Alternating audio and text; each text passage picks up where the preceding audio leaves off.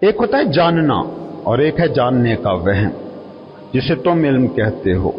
ویسے علم کا مطلب ہی جاننا ہوتا ہے، لیکن تم نے علم کو بنا دیا ہے معلومات کا مجموعہ۔ تم ایک چیز کے بارے میں کچھ معلومات جمع کرتے ہو، اسے جاننے کا پھر دعویٰ کر دیتے ہو، لیکن یہ جاننا ہوتا نہیں ہے۔ دو ہاتھ، دو پیر، دو آنکھیں، ایک ناک، دو کان، دل، گردہ، پھیپھڑا، جگر، کیا ان چیزوں کے مجموعے کا نام تم ہو؟ کیا ان سب چیزوں کے بارے میں معلومات جمع کر کے کبھی بھی تم دعویٰ کر سکتے ہو کہ انسان جان لیا گیا؟ اگر یوں ہوتا تو ڈاکٹر صحیفے لاتے۔ اس بات کو سمجھو کہ تم معلومات کو علم سمجھ بیٹھے ہو۔ جو جانتا ہے، جو سچا گرو ہے، جو حقیقی مرشد ہے، وہ لوگوں کو کوری معلومات فراہم نہیں کرتا، بلکہ اس کی کوشش تو اس سے الٹ ہوتی ہے کہ لوگ معلومات تک پہنچ ہی نہ سکیں۔ مطلب تمہاری دنیا میں جسے علم حاصل کرنا کہتے ہیں، اس علم کے حصول سے حقیقی مرشد روکتا ہے۔ عام سوچ یہی ہے کہ جہل برا ہے اور علم اچھا ہے، جہل بدی ہے اور علم خیر ہے، لیکن گرو ایسا نہیں سوچتا، مرشد ایسا نہیں سمجھتا۔ اس بات کو ذرا سمجھنے کی کوشش کیجیے۔ تمہاری دنیا کے جو ان پڑھ ہیں وہ بھٹکتے ہوں گے، یہ بات بجا، لیکن جتنے تمہارے وہ لوگ بھٹک رہے ہیں ان کی بھٹکن بہت گہری ہے جنہیں تم پڑھا لکھا کہتے ہو۔ کیوں یہ بات کر رہا ہوں، اس کو پہلے سمجھو۔ پہلی بات تو یہ کہ اکیلا معلومات جمع کر لینا نہ جاننے سے بھی خطرناک ہوتا ہے، کیونکہ غور کرو، جو ان پڑھ ہوتا ہے، جو بالکل ہی جاہل ہوتا ہے، اس میں معلومات کے اس فقدان کی وجہ سے ایک اپنی ہی قسم کی عاجزی پیدا ہو جاتی ہے، کیونکہ وہ سمجھتا ہے کہ اسے کچھ پتہ نہیں، تو انا کے غبارے کو وہ زیادہ پھلا نہیں پاتا۔ اور اس کائنات کی حقیقی بیماری اور حقیقی جہالت بس ایک ہے، انا۔ جس کو یہ گمان نہیں ہوتا کہ میں جانتا ہوں، اس کے پاس میں کو مضبوط کرنے کی سہولت بھی زیادہ نہیں ہوتی۔ اس بات کو سمجھو کہ دولت بھی انا کو اتنی طاقت نہیں دیتی، عہدہ بھی میں کے سراب کو اتنا مستحکم نہیں کرتا جتنا علم کا، جاننے کا وہم انا کو طاقت دیتا ہے۔ یہ خیال کہ میں جانتا ہوں انا کے لیے بڑی تقویت ہے، اس لیے غور کر کے دیکھنا، تمہارے شدید ترین انا زدہ لوگوں کی اکثریت تمہیں ایسی ملے گی جو کسی نہ کسی شکل میں جاننے کا دعویٰ رکھتے ہوں۔ میں تم سے کہوں کہ دولت کو چھوڑ دینا آسان ہے، عہدے چھوڑ دینا آسان ہے، مگر نالج کو، اپنے جانے کو چھوڑ دینا بہت مشکل ہے۔ ویسے بھی دیکھو نا غور سے، تم سب کو چھوڑ سکتے ہو، گھر بار، دوست یار، مگر جو تم جانتے ہو اس کو تم نہیں چھوڑ سکتے، کیونکہ غور سے دیکھنا، تمہارا جانا ہی اصل میں تم ہے، وہ علم تمہاری سانس ہے۔ سوچو نا، جو تم جانتے ہو اگر وہ تم سے ہٹا لیا جائے تو تم کیا بچ رہو گے؟ جو نام تم اپنے نام کے طور پر جانتے ہو، جو لیبل تم جانتے ہو وہ نہ رہیں تو تم بچو گے کیسے؟ کہو گے کیا خود کو؟ تم ایک بڑا زیرو رہ جاؤ گے۔ اس لیے اگر غور سے دیکھو تو تمہاری اصل طاقت، دولت بس ایک ہے، جاننا۔ بینک میں پڑے تمہارے لاکھوں روپے کیا ہیں؟ تمہارے علم میں موجود ایک نمبر۔ وہ پیسے بینک میں ہی رہیں، تمہارے نام پر ہی رہیں، لیکن اگر تم انہیں بھول جاؤ، یاد سے محو ہو جائیں، تو امیر آدمی، لکھ پتی انسان ہونے کی تمہاری آئیڈینٹی ایک سیکنڈ میں گر جائے۔ اب یہ امیر ہونے کا خیال اگر تو پیسے پر منحصر ہوتا تو پیسہ تو اب بھی تمہارے ہی بینک اکاؤنٹ میں ہے، مگر تمہارے علم میں نہیں ہے، اس لیے اس کا کوئی بھی اثر تمہاری انا تخلیق نہیں کر سکتی، کیونکہ انا کچھ نہیں ہے، تمہارے مائنڈ ہی کا دوسرا نام ہے۔ تمہارے مائنڈ میں کچھ معلومات ہیں جس کے مجموعے کا نام ہو تم، اور دماغ کیا ہے؟ جو تم جانتے ہو اس کا مجموعہ۔ اگر دماغ جو جانتا ہے وہ سب محو ہو جائے تو کیا کہو گے خود کو کہ تم کیا ہو؟ اب تم فزیکلی موجود ہو، سانس لے رہے ہو، زندگی کو تجربہ کر رہے ہو، مگر کہہ نہیں سکتے کہ تم کون ہو۔ کیا ہوا؟ صرف معلومات چھن گئی ہے، وہ علم چھن گیا جو دماغ میں سٹور تھا۔ مطلب یہ ہے کہ جسے تم میں کہتے ہو، جو تمہاری انا ہے، وہ ایسی ہی کوئی چیز ہے جو ان اٹ سیلف موجود نہیں ہے، بس کچھ غیر مادی انفارمیشنز، کچھ معلومات کا مجموعہ ہے۔ صوفیوں کے ہاں ایک کتاب بڑی مشہور رہی ہے اور نسل در نسل مرشد اپنے پسندیدہ سالک کو وہ کتاب ورثے میں دیتے آئے ہیں۔ سنا ہے کہ وہ کتاب چھپ بھی گئی ہے۔ اصل میں تو وہ کتاب ہزاروں سال پرانی ہے مگر آج تک چھپ نہیں سکی تھی۔ وجہ اس کی یہ تھی کہ اسے کوئی پبلشر چھاپنے پر تیار نہیں تھا، کیونکہ وہ کتاب صرف 200 خالی صفحات پر مشتمل ہے۔ اس میں لکھا ایک بھی لفظ نہیں ہے۔ اس کتاب میں لکھا تو کچھ نہیں ہے، لیکن اس کتاب کو کب کس نے پڑھا اور اس پر کیا کہا، اس کی ایک پوری تاریخ ضرور ہے۔ ایک صوفی بزرگ کے ہاتھوں دوسرے صوفی بزرگ تک پہنچنے پر کیا آراء تھی، یہ صوفی دیتے رہے، اس کی ایک پوری ہسٹری ہے۔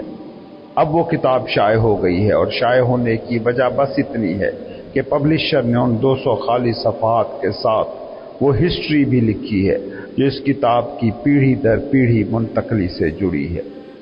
صوفی گروؤں فقیروں نے اس کتاب کے حوالے سے جو لکھا ہے، جو بولا ہے، جو فیل کیا ہے، جو بیان کیا ہے، وہ بھی اس کتاب میں شامل کر دیا گیا ہے، ورنہ پبلشر خالی صفحے چھاپنے پر کبھی تیار نہ ہوتا۔ اس کی شرط ہی یہی تھی کہ میں اس کی ہسٹری کے ساتھ اسے شائع کر سکتا ہوں، خالی صفحے میں کیسے چھاپوں؟ کچھ تو ہو کتاب میں کتاب جیسا، کچھ تو ہو اس میں لفظوں جیسا۔ وہ پبلشر بھی بیچارہ غلط نہیں تھا۔ لوگ لفظوں کی سیاہی دیکھتے ہیں، انہیں صفحے کی سفیدی دیکھنے کی بھلا عادت کہاں رہ گئی ہے؟ کبھی تم لوگ کسی بڑے سے وائٹ بورڈ پر ایک نقطہ بلیک پینسل سے لگا دو اور پوچھو کسی سے کہ کیا نظر آ رہا ہے، وہ کہے گا ایک سیاہ تن کا۔ حیرت نہیں، کسی کو بھی اتنا بڑا وائٹ بورڈ نظر نہیں آیا، مگر وہ چھوٹا سا تن کا نظر آ رہا ہے۔ ہم نے دیکھنے کے لیے جو نظر پائی ہے وہ ہمیشہ ایسے ہی چیزوں کو دیکھنے کی عادی ہے، ایسی ہی چیزیں جو غیر اہم ہیں۔ زندگی کا سمندر ہم نہیں دیکھ پاتے، خیال کی لہریں پکڑ لیتے ہیں۔ ہستی کا کھلا آسمان ہماری نظروں میں نہیں آتا، غم کے ٹمٹماتے ستارے ہم پکڑ لیتے ہیں۔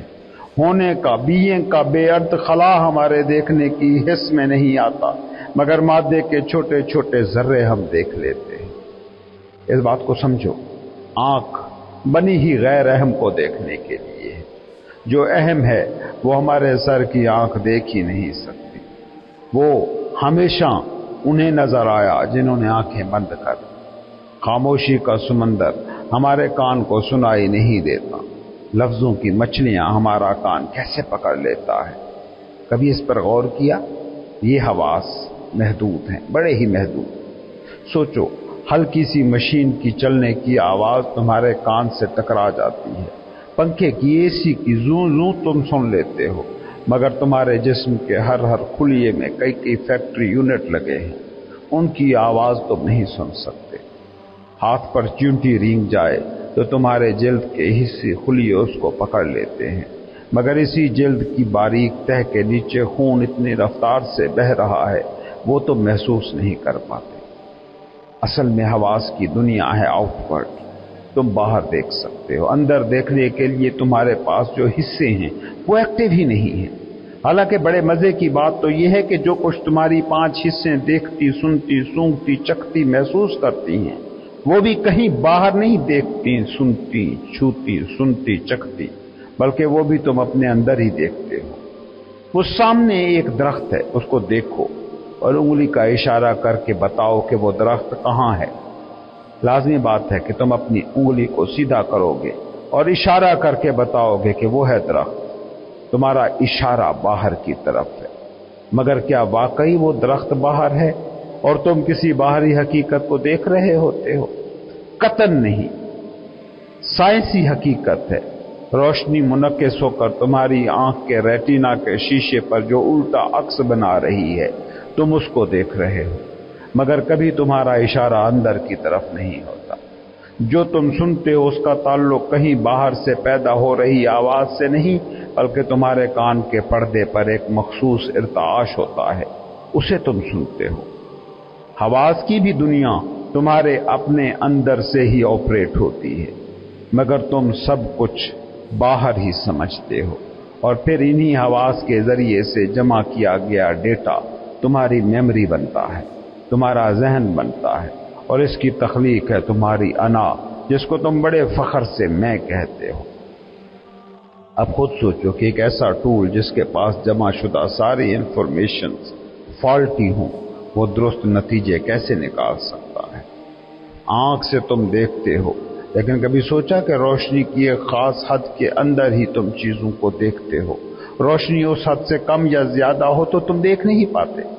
آواز کی ایک خاص فریکوینسی کو تمہارا کان پکڑ پاتا ہے، اس سے کم یا زیادہ فریکوینسی کی آوازیں تمہارے بہت قریب بھی ہوں تو تم نہیں سن سکتے۔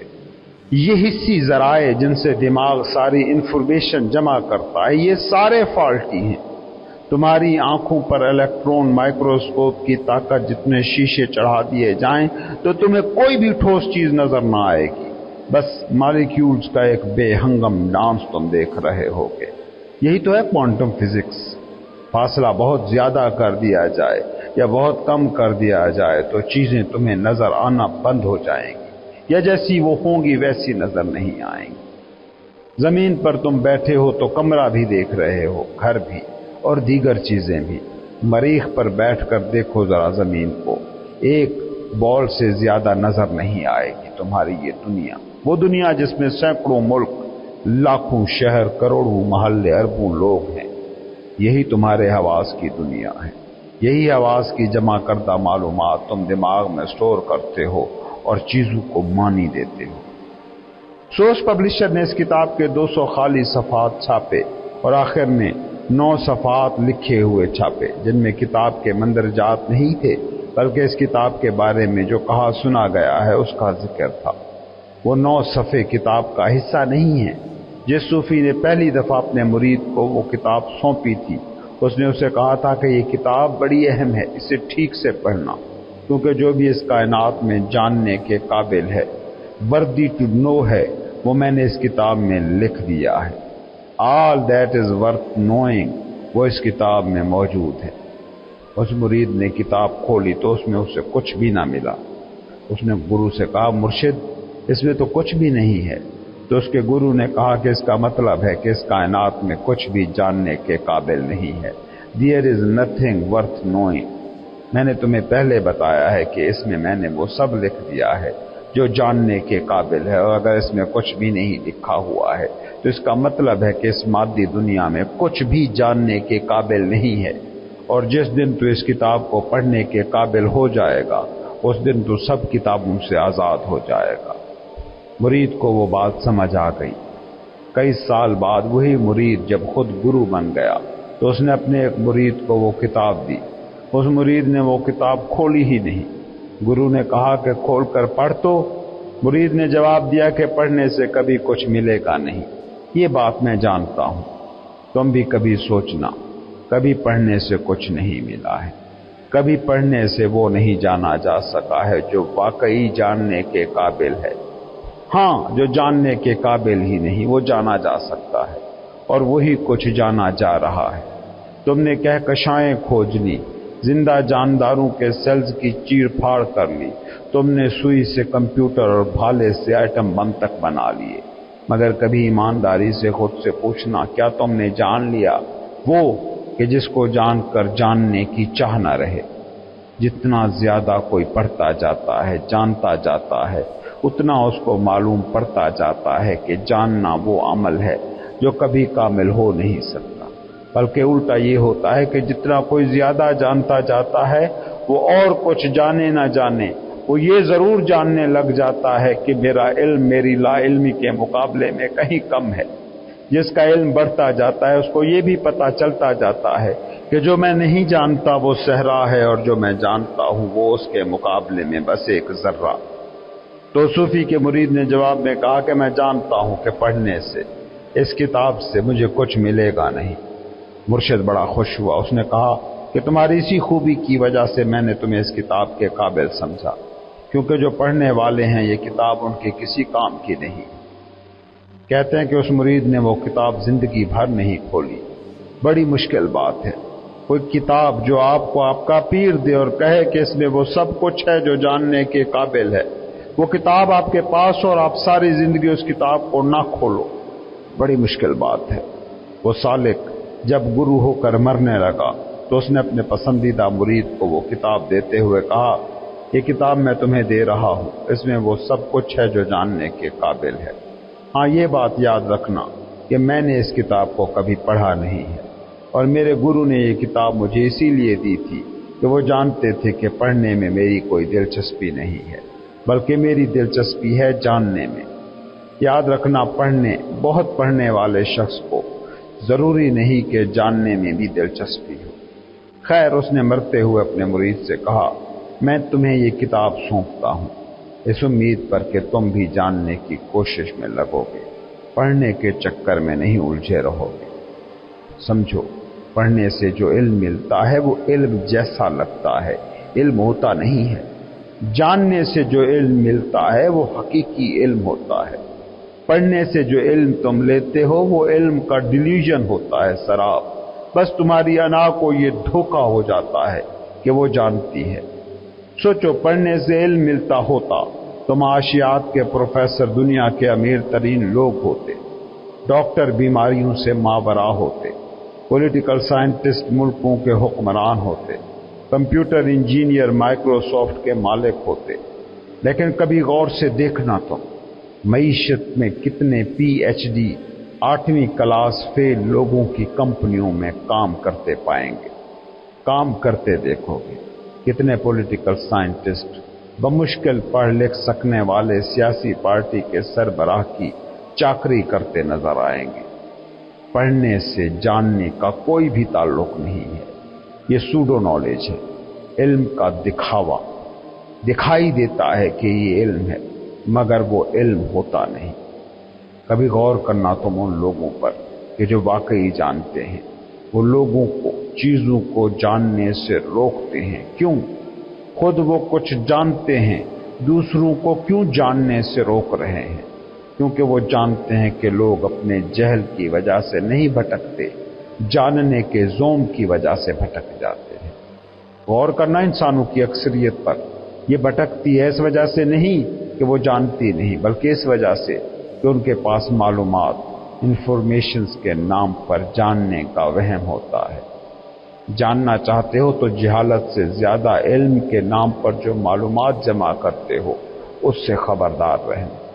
اس بات کو سمجھو کہ جسے جانکاری مل جاتی ہے، معلومات مل جاتی ہیں، وہ جاننے سے محروم رہ جاتا ہے، کیونکہ جانکاری ہمیشہ ادھار ہوتی ہے۔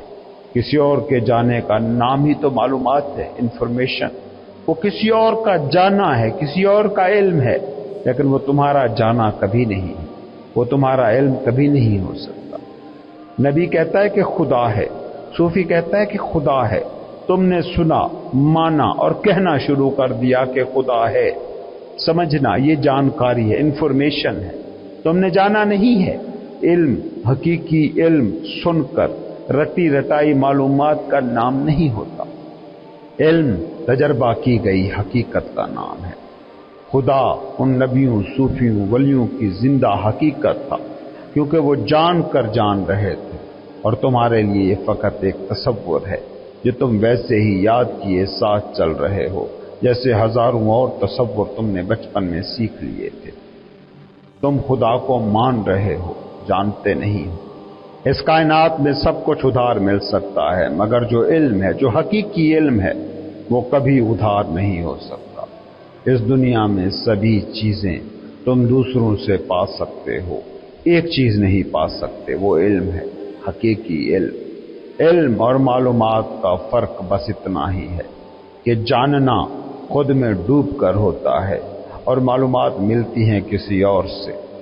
یاد رکھو، جو حواس کے ذریعے سے آئے وہ معلومات ہیں، جو حواس سے ماورا تم جانتے ہو وہ تمہارا علم ہے۔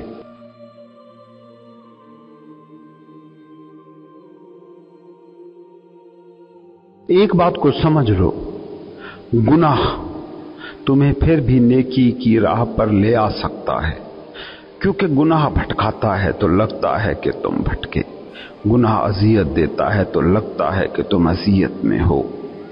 جب انسان بھٹکتا ہے، اذیت سہتا ہے، دکھ دیکھتا ہے، تو وہ سوچتا ضرور ہے کہ اس اذیت سے، اس بھٹکنے سے، اس دکھ سے چھٹکارا کیسے پائے، مگر وہ جو گناہ ہی نیکی مان کر رہا ہے، اس کے دل میں تو کبھی خیال ہی نہیں آتا کہ وہ بھٹکا ہوا ہے، بلکہ اس سے الٹا ہوتا ہے کہ انا کو غذا مل جاتی ہے کہ میرے پاس چراغ ہے، اندھا چراغ، انجلی موم بتی، کوئی راہ اس سے تمہیں نہ ملے گی، تم بس بنا جانے جاننے کا مزہ لیتے رہو گے۔ جاننا جو چراغ بنتا ہے وہ چراغ ہاتھ نہیں آتا۔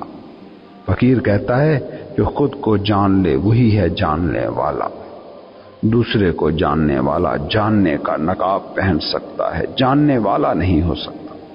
من عرف نفسہ فقط عرف ربہ۔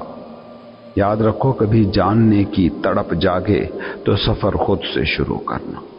علم کی شاہراہ خود کے موڑ سے شروع ہوتی ہے، اور کسی بھی راہ سے علم کا سفر طے کیا تو بھٹک جاؤ گے۔ زندگی کے سمندر میں جو ڈوبتا ہے وہ آج نہیں تو کل کنارہ ضرور ڈھونڈ لیتا ہے۔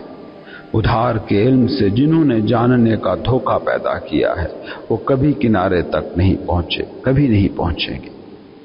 دوسرے کے ادھار کے علم کی بنیاد پر جاننے کا دعویٰ کرنے والے اس زمین پر بہت ہیں۔ کتنے لوگ مذہبی ہونے کا دعویٰ کرتے ہیں، کیا جانتے ہیں نہیں جاننے کا ڈھونگ کرنے والے ہیں۔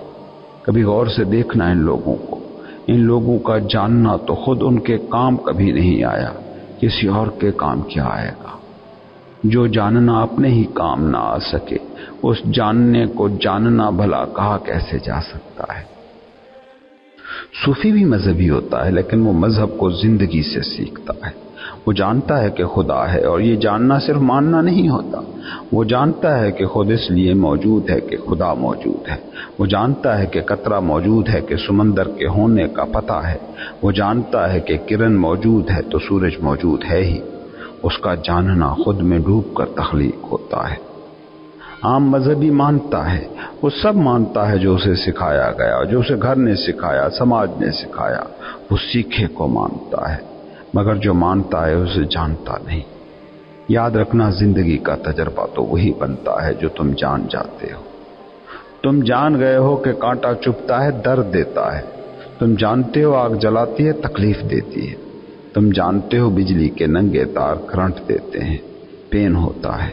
تم آگ سے، کانٹے سے، بجلی کی تاروں سے بچتے ہو۔ تم مانتے ہو کہ خدا ہے، تم مانتے ہو کہ مادی اور دماغی زندگی سے ماورا ایک زندگی ہے جسے روح کہا جاتا ہے، جسے جنت جہنم کہا جاتا ہے۔ تم جانتے ہو کہ جھوٹ، غصہ، لالچ برا ہے، اس لیے یہ سب چیزیں تمہاری زندگی کا تجربہ نہیں ہے، کیونکہ تم نے بس یہ مان لیا ہے۔ اگر یہ تمہارا جاننا ہوتا تو خدا تمہارے خود میں بولتا۔ اگر یہ تمہارا جاننا ہوتا تو غصے، لالچ اور جھوٹ سے بھی تم ایسے ہی بچتے جیسے آگ، کانٹے اور بجلی کی تاروں سے بچتے ہو، جیسے تم آگ، کانٹے اور بجلی کے تاروں سے بچتے ہو۔ جو جاننا نہیں ہوتا وہ زندگی کا تجربہ کبھی نہیں بنتا۔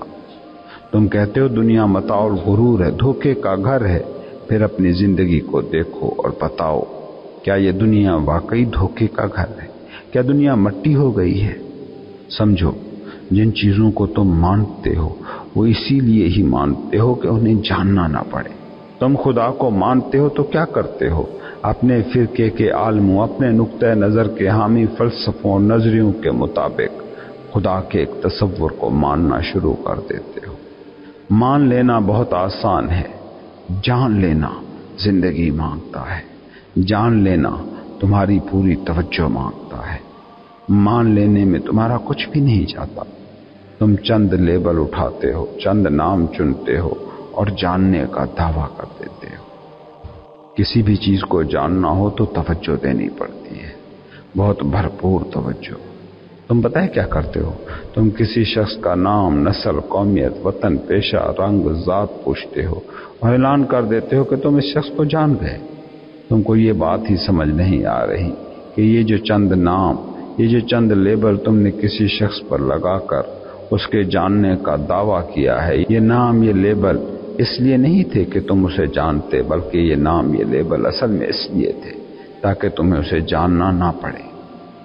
کسی شخص کا نام تمہیں معلوم نہ ہو، نسل، فرقہ، مذہب، قومیت معلوم نہ ہو تو پھر تمہیں جاننے کے لیے کشٹ سہنا پڑے گا، اس کے ساتھ رہنا پڑے گا، ڈیل کرنا پڑے گا، اس کے ساتھ بولنا پڑے گا، اس کے ساتھ زندگی کا تجربہ شیئر کرنا پڑے گا، اور پھر کہیں جا کر تم اس شخص کے بارے میں تھوڑا بہت جان پاؤ گے۔